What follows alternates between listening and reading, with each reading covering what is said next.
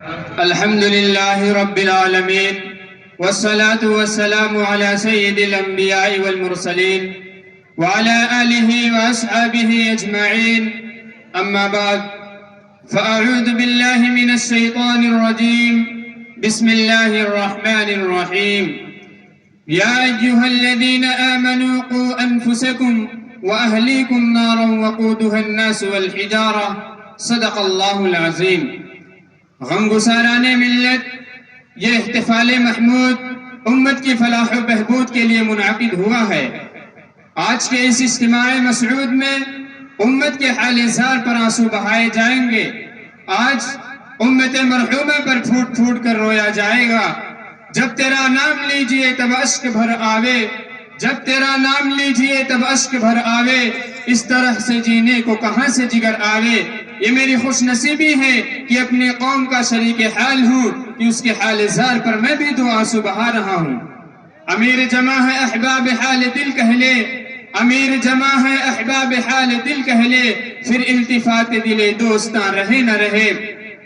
میرے محترم بزرگوں اور دوستوں، آپ نے دیکھا ہوگا کہ طاعون اور وبا کے زمانے میں زہر ہوا میں سرایت کر جاتا ہے اور پانی میں گھل جاتا ہے.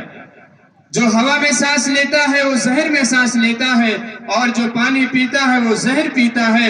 اس وقت محکمہ صحت کو زبردست مہم چھیڑنی پڑتی ہے اور تمام تدابیر اختیار کرنی پڑتی ہیں. ہر طرح کے ساز و سامان اور آلات و اسباب سے لیس ہو کر میدان میں کود پڑتے ہیں اور شہر شہر اور قریہ قریہ حفظان صحت کی تحریک چلاتے ہیں.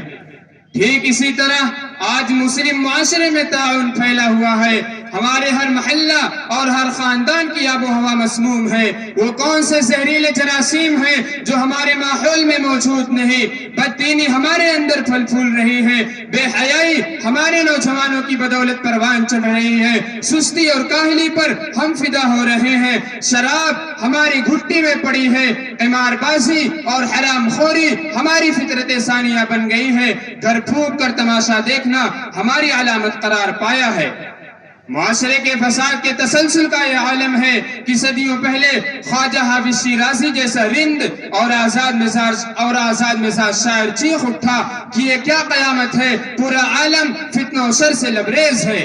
ایچے شوریست کی در دور قمری بینم، ایچے شوریست کی در دور قمری بینم، ہما آفاق پرس فتنہ و شر میں بینم.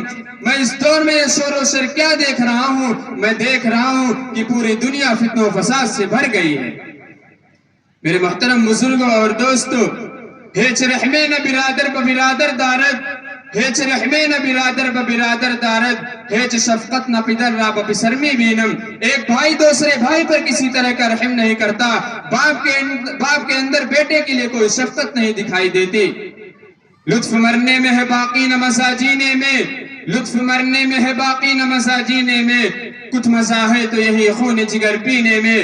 میرے محترم بزرگوں اور دوستو، سوال یہ ہے کہ کیا اس آڑے وقت میں خاموش تماشائی بنے رہنا آئین جواں مردی ہے؟ کیا ایک مسلمان دوسرے مسلمان سے اجنبی بن کر رہ سکتا ہے؟ کیا وفا شعاری اور غم گساری کا کوئی تقاضا ہم پر عائد نہیں ہوتا؟ لوگ کنویں میں گر رہے ہیں اور ہم تماشا دیکھ رہے ہیں، بیمار کرا رہے ہیں اور ہمارے کانوں پر جو نہیں چلتی.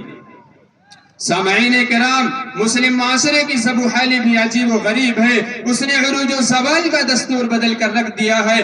ہر شب تاریخ کے بعد فجر کا سفید نور برآمد ہوتا ہے. ہر چمن خزاں کا ستم سہنے کے بعد بہار کی نعمت سے مالا مال ہوتا ہے. ہر سال دریا اترتا ہے، اس کے بعد پھر چڑھتا ہے. لیکن واہ حسرتا، ہم کو جب سے خزاں لگی ہے بہار دیکھنی نصیب ہی نہیں ہوئی. ہمارا دریا جب سے اترا ہے اس نے چڑھنے کا نام ہی نہیں لیا.